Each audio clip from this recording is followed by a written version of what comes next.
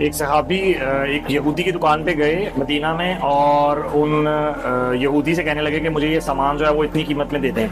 اور یہودی نے یہ دینے سے انکار کر دیا کہ میں اس سامان کی کاسٹ جو ہے وہ بیئر نہیں کر سکتا، یہ سامان کی کاسٹ آپ نے بہت کم لگائی ہے۔ تو وہ صحابی کہنے لگے کہ نہیں، میں اسی قیمت پہ لوں گا، لیکن اس یہودی نے بہت زیادہ تنگ آ گئی یہ قسم کھائی کہ میں قسم کھاتا ہوں کہ اس دنیا میں جو سب سے افضل شخص ہیں حضرت موسیٰ علیہ السلام، ان کی قسم کھاتا ہوں کہ میں جو ہے وہ سامان آپ کو نہیں دے سکتا اس قیمت پہ۔ وہاں پہ ایک اور انصاری صحابی موجود تھے، انہوں نے یہ سن کے اس یہودی کے منہ پہ تھپڑ لگا دیا، اور وہ یہودی افسوس میں نبی صلی اللہ علیہ وسلم کے پاس آیا کہ یا رسول اللہ صلی اللہ علیہ وسلم، آپ کے اس دور حکومت میں ہمیں امان حاصل ہے اور آپ کے صحابی نے مجھے تھپڑ لگایا۔ اب آپ معاملے کی سنگینی دیکھیں کہ آپ کا کوئی دوست ہو اور وہ کسی ایسے شخص کو مارے جو آپ کے بارے میں برا بھلا کہہ رہا تھا، اور وہ شخص آپ کے پاس ہی آ کے آپ کے دوست کی جو ہے وہ کمپلین کرے۔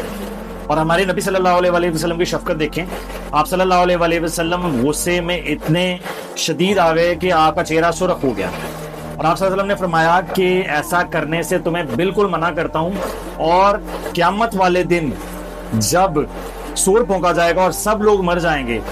اور جب دوبارہ سور پھونکا جائے گا تو اٹھنے والوں میں سب سے پہلے میں ہوں گا، یعنی نبی صلی اللہ علیہ وسلم کو سب سے پہلے اٹھایا جائے گا،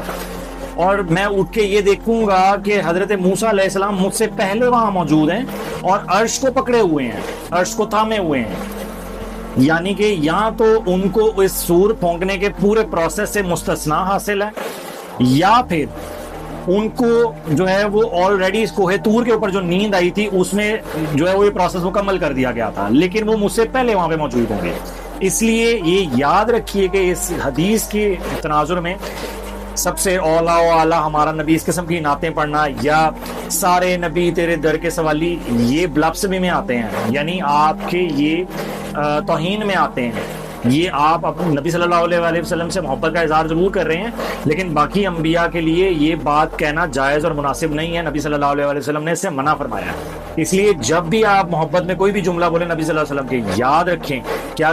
کہ وہ کہیں غلو میں تو نہیں آ رہا، یا وہ کسی شرک کی طرف تو نہیں جا رہا،